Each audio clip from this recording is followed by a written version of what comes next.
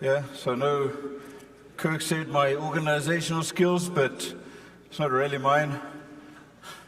Andy and his crew did most of the work. I just answered the phone from time to time.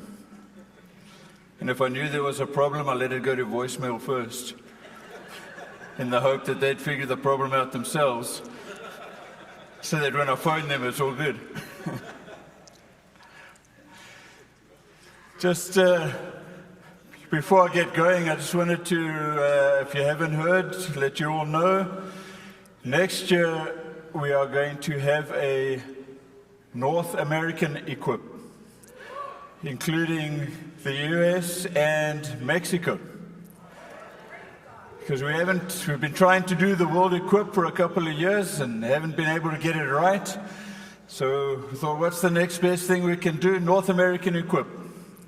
So yeah, we're going to do that next year, 21 to 23 June. And it's going to be in Chicago. And I'm looking forward to it. I think it's going to be great. I mean, this is great. This is just the West Coast. Add another 2 nations and the East Coast in, it's going to be even better.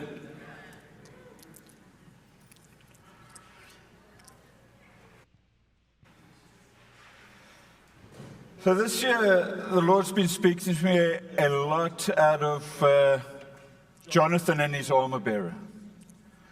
And I know when we look at Jonathan and his armor bearer, we often think of, the support, the good teamwork. Let me say there's a lot more to Jonathan and the armor bearer than just the good teamwork. There's a lot more to it than being a good, strong supporter. In fact, there's many points that we can pick up from the account. We'll just look at a couple of them today. We won't do all of them, just a few of them. But before we get into it, I'd like us to remember the setting that this takes place in. So we normally start at the beginning of 1 Samuel chapter 14, and we find them all sitting there. But if we dial it back a little bit into 1 Samuel 13, we see that Israel actually finds itself in a very sorry state. It says they don't even have any weapons. They've got an army together. The army had come now getting ready for battle, but they've got no weapons. They weren't even allowed to sharpen their own farming implements. If they wanted to do that, they had to go to the Philistines and pay them to sharpen it for them. The only person or people who had any weapons were Jonathan and his father Saul. 1 Samuel 13:22 says, "So on the day of battle, not a soldier with Saul and Jonathan had a sword or spear in his hand. Only Saul and his son Jonathan had them." Imagine turning up for battle and you've got not even a single weapon. You know, unfortunately, I think the church, or many people, are in the same spiritual position. We are arriving on a battlefield completely unarmed. We've allowed ourselves to be de-armed, or by lack of intention, we are arriving on a battlefield unarmed. I don't think we can have somebody else take our armory away from us. I think it's something that we're allowed to happen, even if due to just being unaware of it.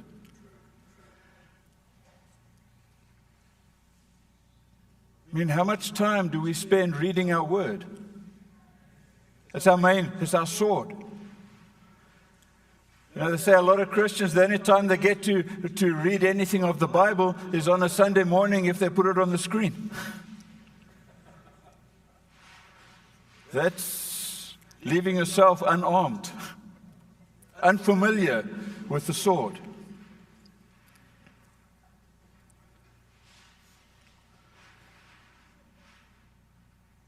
Ephesians 6 tells us about the armor of God and all the different pieces. where we walk around never putting any of them on. And if we're not using our sword, it affects the rest of them. If we're not spending time in the Word, it affects the rest of our armory. We've got to be carrying around a shield of faith. Faith comes from hearing the Word. If we're not hearing the Word, how strong is our shield of faith? So we can look at Saul and his army and say, what's up with those guys? Going to battle with no weapons. But spiritually, we do the same thing. We've heard reminders a couple of times in this last couple of days already that we're in a battle. So if we're in a battle, we should be armed. And it's up to us to make sure that we are armed. We can't blame somebody else. Prayer, we heard prayer is a weapon. Nobody can stop you praying. Only you. Worship. Oh, worship. We heard yesterday, worship. Nobody can stop you worshiping, just you. Doesn't matter what situation you're in, you can worship. Nobody can stop you. So if we're not using our weapons, unfortunately, we've got nobody else to blame but ourselves.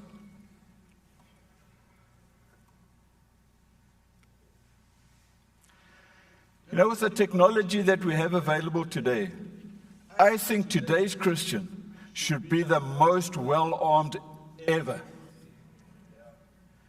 You pull out your phone, you can have all translations of the Bible you want. Along with any Bible study book, along with any exposition.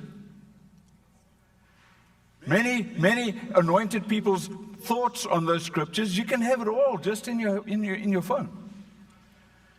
Any millions of worship songs, you just open up your phone and whatever music app you're using, and you're going.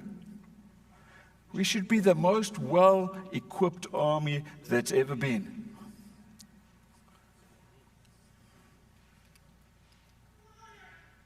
Praying together, so much easier. Oh man, I can't get to there, but I can FaceTime you. We had a lady in the church has been in a hospital for, she had been about 6 weeks, just feeling lonely. We were in there with an iPad, streaming her into a life group meeting so that we can pray with her. That the whole group, she can see and be brought up and encouraged by the rest of the body. Now, we should be excelling in this because of everything we have available to us.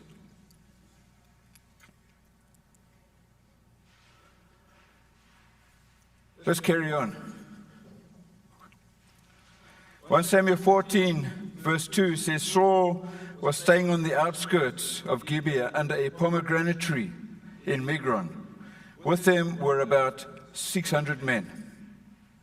So we've already read that they're there for battle. And his men that are with him for battle are parking off underneath the pomegranate trees.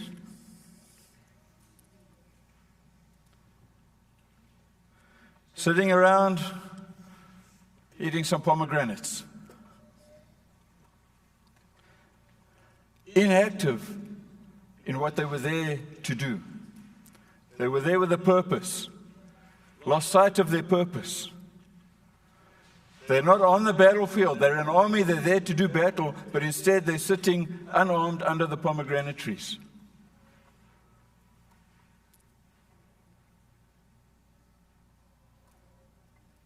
I think there's too many of us who have slipped underneath the pomegranate trees and off the battlefield. Just slightly lost sight of the purpose that God has for us and have drifted underneath the pomegranate trees. We've had a lot of encouragement about getting back to the front foot, getting back to the battle. Remember, we're part of an army. We've got a job to do. I think God's trying to remind us, hey guys, get out from under the pomegranate trees. We've got a job to do. We've got a kingdom to advance. Let's get out from under the pomegranate trees and back onto the battlefield where we can fulfill our purposes that He has for us. There's a lot of things that push us under the pomegranate trees. Some of them have been mentioned before. But people dealing with past hurts that you've left unresolved can slowly slide you back under the pomegranate trees as you lose your motivation to be a part of something. I've done it before and I got burnt. I think it's a line we've all heard many, many times. I used to do this, but then I got burnt. So now I'm not doing it anymore.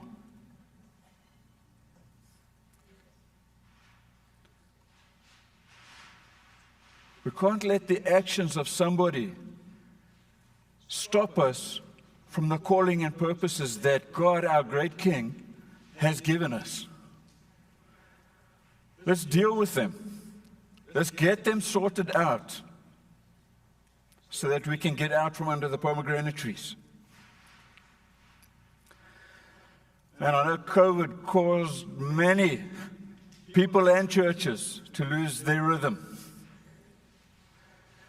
because it physically forced us under the pomegranate trees, if you have them at your house.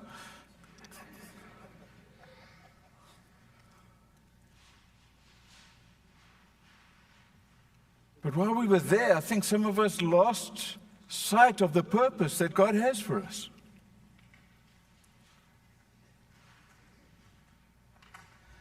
I know some churches closed completely for COVID.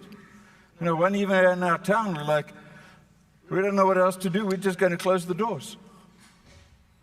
I'm like, man, you've lost sight of the reason you exist. Now, we've heard the Barna report, that study that was done in the U.S. And it says that of all the active Christians that were going to church before COVID, since COVID, 32% of them have never returned. Never returned. Sitting under the pomegranate trees.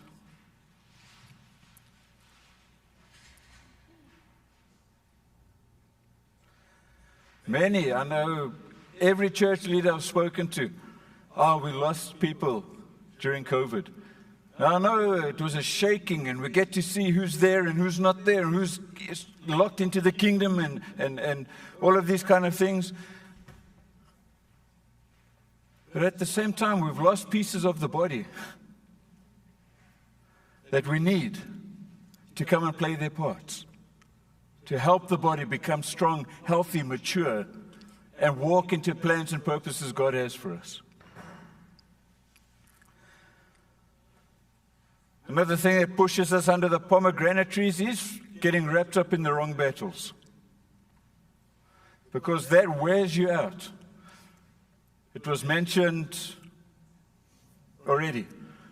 I was trying to remember who it was, but it slipped my mind. Tyron. I believe it was Tyron. Getting wrapped up in the wrong battles. Man, that totally takes our focus away from where it's supposed to be. And when you start, I can imagine these guys sitting under the pomegranate trees. How long would it take for them to start arguing over something insignificant? Stop spitting your pips over here. Throw your peels away. Come on. Wait for the things to get properly ripe. Why are you eating them early? It's going to give you an upset stomach. Then what? You can just imagine all these stupid arguments that are going to start.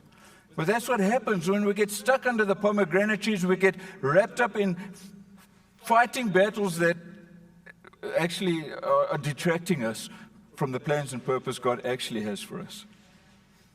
We throw our energy into that, and then we don't have any for this. But this is what God had for us, and we're not, I think sometimes it's also come up already. I think just take the other preachers, take all the nice points, put them together, and just say that was Brendan's talk for the morning. It's just not a good view of ourselves. Doubting ourselves. I am not this person that God is saying. I can't do these things. I can't do that. We had that picture that Steve brought of sitting in the glass box, slightly stooped. And I know he was talking about the nation, but I really feel there's people that are in that same position. This is it. I'm stuck here. This is as far as I can go. And God just wants you to stand up and break out of there.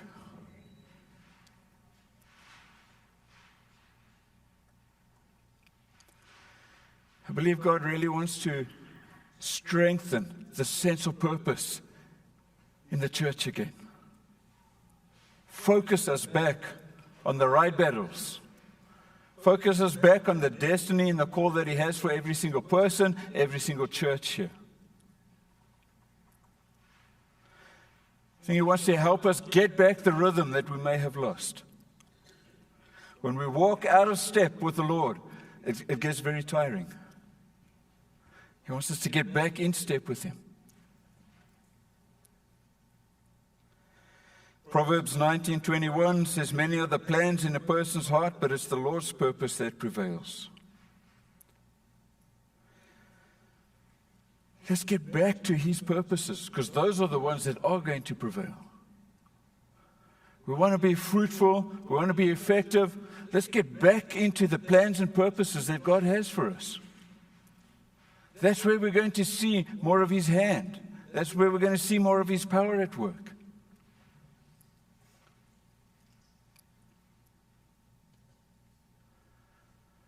Every church represented here, you exist for a reason.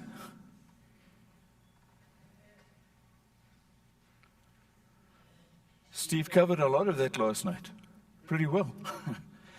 So we're not going to hang here too much. Steve did a great job last night. But every church exists for a reason. What's the plan and purpose God has for you? Are we walking in that plan and purpose? Or are we distracted by other stuff that's pulled us away from that? And we've drifted just back under the pomegranate trees again.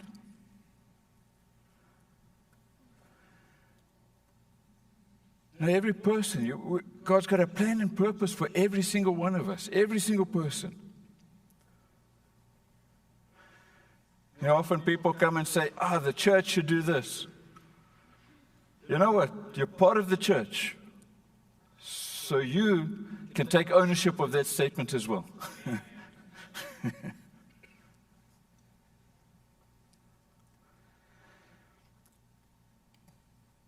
I think there's a difference between God's giftings and God's purposes.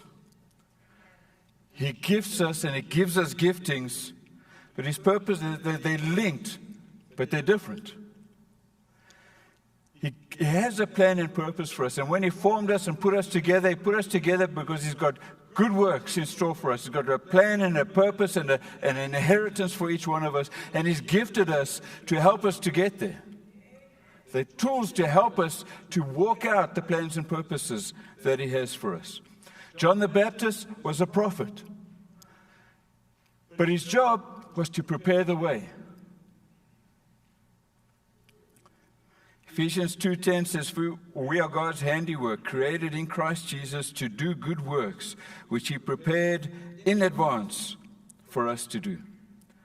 He's prepared good works for every single one of us. Every single one of us. In advance. Please don't doubt that fact. God has a plan and a specific purpose for every single person here. We want to be effective. We want to be fruitful. One of the things that help that is just getting back in line and in step with God's plans and purposes.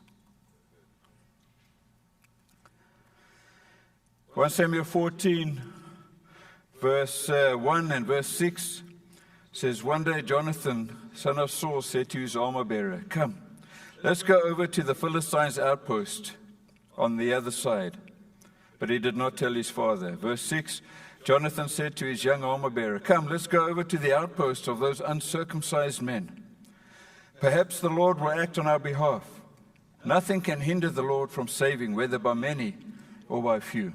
I just love this. I absolutely love this guy. He's like, "Man, buddy, listen, I've got this crazy idea. I'm not even 100% sure it's from God. It's just a thought popped in my head. I'm not sure. I'm not going to tell my old man. What are you and me? Let's go over to the Philistine outpost and see what happens. Let's just check it. Let's just see what happens. And don't worry that it's just two of us.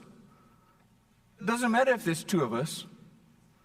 It doesn't matter if those 600 pomegranate-eating guys are with us or not. Because if God's in it, we're going to succeed. It doesn't matter if we're 2 or 602. That's where the armor bearer says, "I'm in." Like a real nutcase.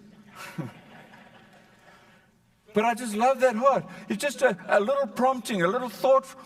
You know what? I think God's got a plan. I think so. Maybe not. I don't know. He says maybe, perhaps the Lord will act on our behalf. It's just a little stirring that he's feeling from the Lord, and he's ready to respond. God's always speaking to us.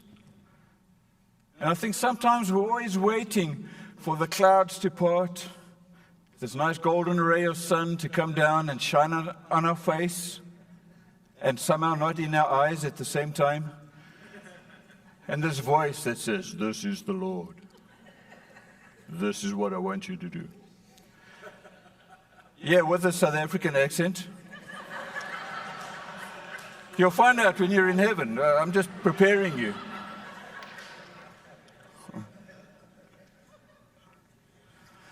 Sometimes it's like that. Paul had a great encounter with the Lord. Noah gets the plan for the ark step by step by step, laid out in front of him. Noah, here's the plan. Shoo. This is what I want you to do. This. And Noah gets the whole plan laid out for him. Nice. Sometimes it's not like that. Sometimes it's a little prompting that we need to respond to. Sometimes it's just that little, "Hey, what about that person?" Oh. But you know what? We often miss those promptings because we didn't know it was the Lord.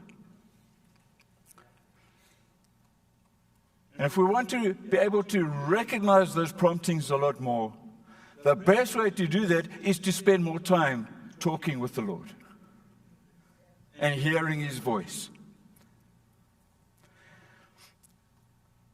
Now, back in my young years, I was in the military. I say young years. A lady shared a word with me the other day and said, "I had a picture of you, but you were young." I was like, "You're like 80, you know." Yeah, I was young, yeah. And for those who have done military service, you get used to your corporal drilling you, and your drill instructions, your left, right, all of that kind of thing. You get used to his voice.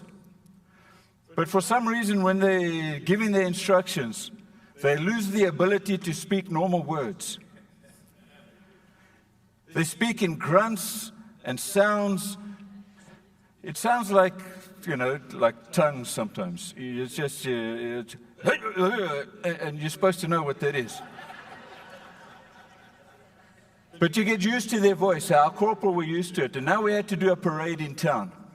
We're going to this big military day. We are all parading through the city. And so for that, they bring out the big wigs. The sergeant major is now coming out. The problem is the sergeant major's never drilled us before. And there's 3 of them standing there, all drilling different companies.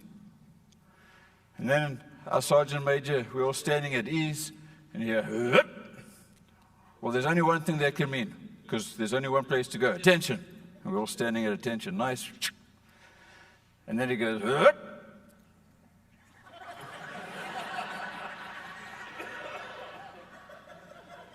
I put my money on right turn. That guy put his money on left turn. So as I was here, I saw him, I thought, oh dear, I've got to pivot quick, because if he catches me that I turned the wrong way, I'm in for a long afternoon of running up and down the mountain.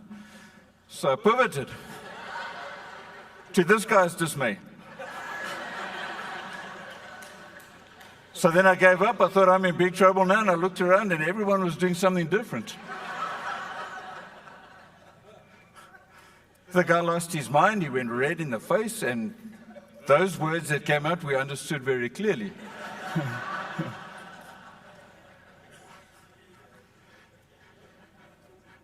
And then we spent the whole day drilling, trying to learn what this guy's saying, and him losing his temper again and again and again.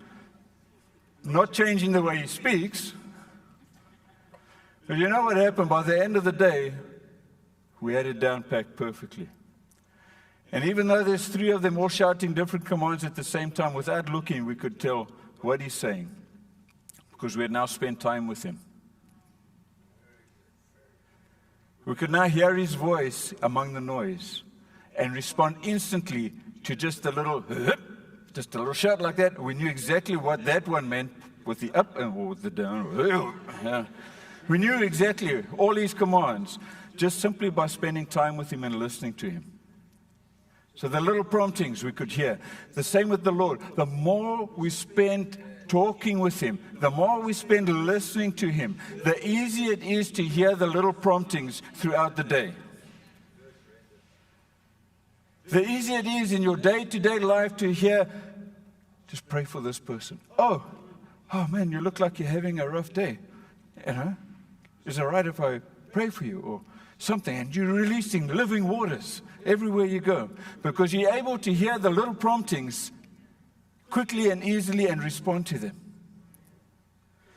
Where we're not like Jonathan, perhaps the Lord will, perhaps he won't. I know that's the Lord's voice because I hear it so often.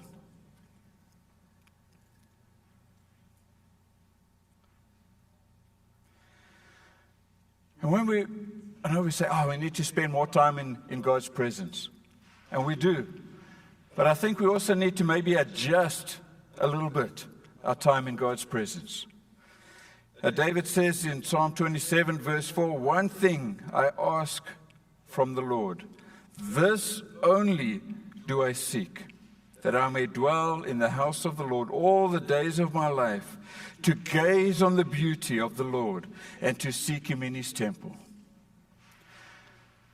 All he wants to do out of all the things he could want, he just wants to sit in the Lord's presence gazing at his beauty.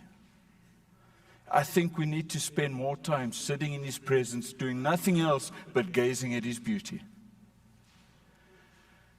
Because we talk about, I need to spend time in the presence. You need an answer on this. You need to go spend time in his presence. But then we're going to his presence, we're spending time, but all we're listening for is the answers we want to hear.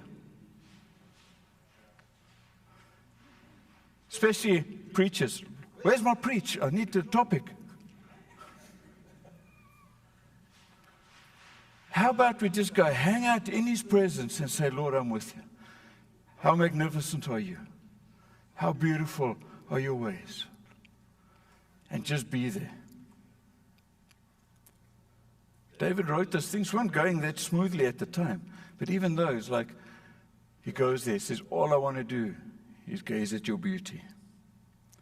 There's like 10 things he finds, but he doesn't even ask for them. He finds strength and peace and mercy, acceptance. He finds all these things in that chapter, but it's not what he went in there looking for. All he wanted to do is look at God's beauty.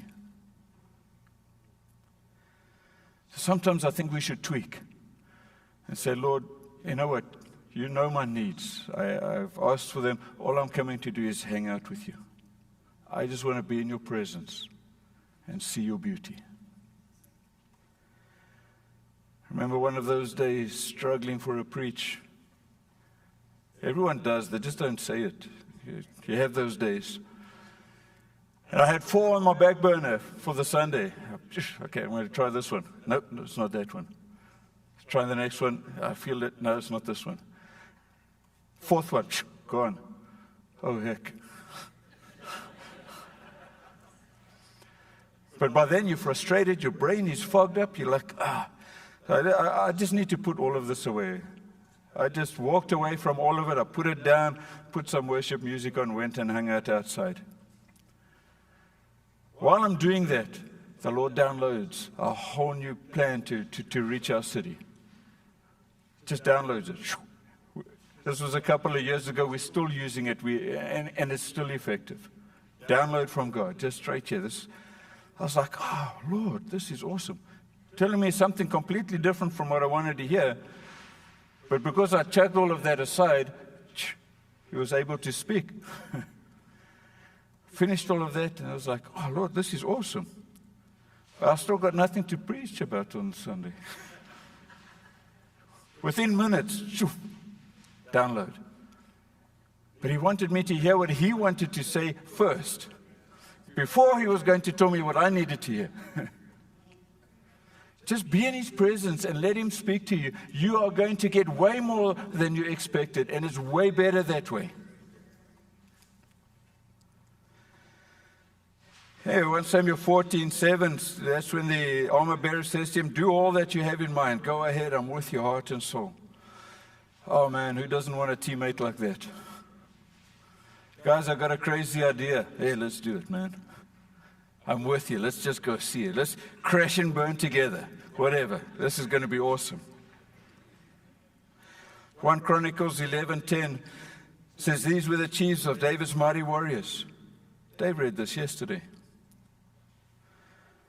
Yes, they together with all Israel gave his kingship strong support to extend it over the whole land as the Lord has promised.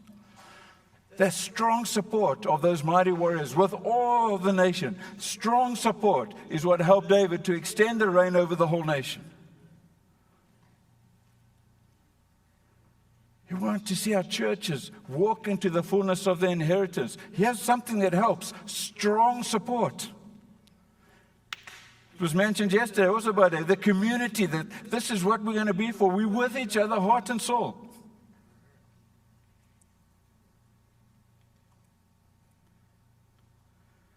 David did a great job in this yesterday. We'll move on. Verse 11 and 12. When they get to the Philistine camp, says to the Philistines say, look, the Hebrews are crawling out from the holes they were hiding in.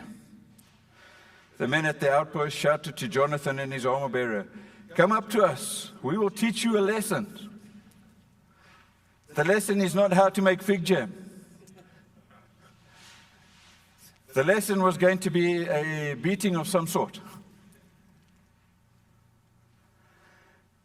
When we are walking in the plans and purposes God has for us, when we respond to those little promptings, it does not mean we're not going to hear the voice of the enemy. I like to call it the roaring lion syndrome.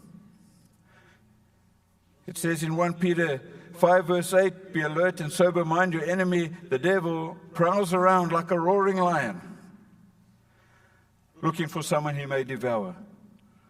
So he roars, makes a big noise.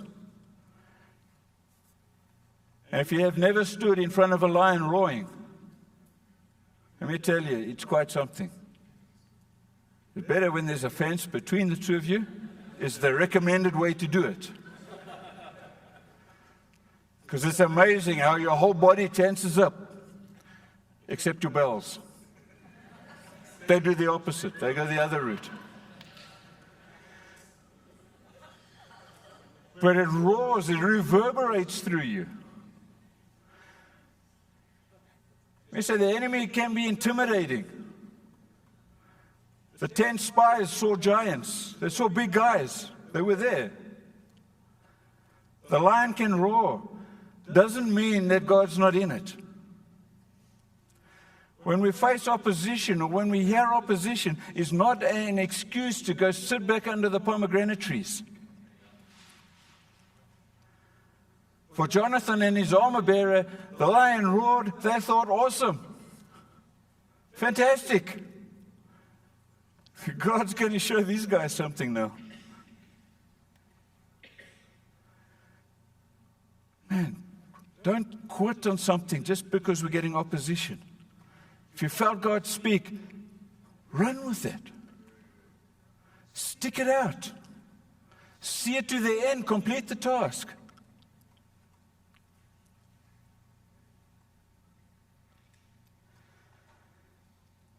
It can be hard work. It says the two of them, they climbed on their hands and feet, so the terrain wasn't very good to get up there. And when they got up there, and the Philistines called them in, and they went, yes, this is good. They walked into the camp. It said they killed 20 Philistines in the space that's a little bit smaller than a football field. So they had to get in there and fight. They didn't walk in there and the Philistines just fell over. Just because it's hard work doesn't mean it's not God's plan. Sometimes God's plans involve hard work. But because it's God's plan, we know we've got God's hand with us. And although there were 2 and killed 20, God looked after them. He made that possible.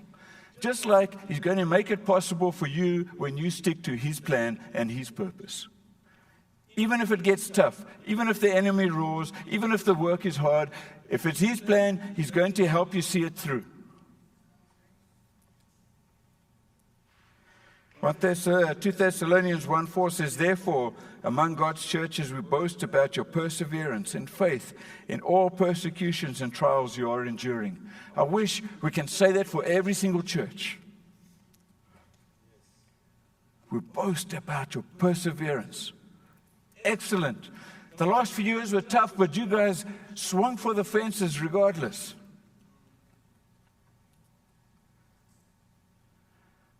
Katie's getting nervous, so I'm going to wrap it up. She's watching the clock tick down. Let's be an army that is well armed, that are familiar and skilled with the sword because we've spent so much time in it.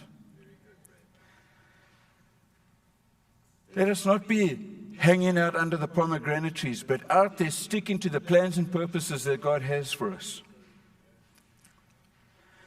Let's be a people who are regularly found gazing at His beauty, just enjoying being in His presence, allowing Him to say whatever He wants to say to us.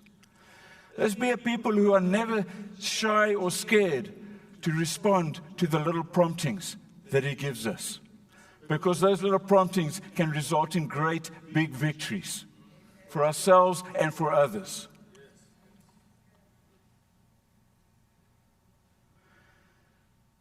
If you're one of those that are under the pomegranate trees because of past hurts, or you're feeling, that's not me, I'm not good enough to be used for that. And I know we prayed last night for you. But my prayer again is, see yourself the way God sees you. Jackie spoke about looking in the mirror of the Word. Believe what it says. And if you're the one in the closed box, man, stand up with some courage, some pride, and some confidence, because your Father's got big plans and purposes for you. Amen. Amen.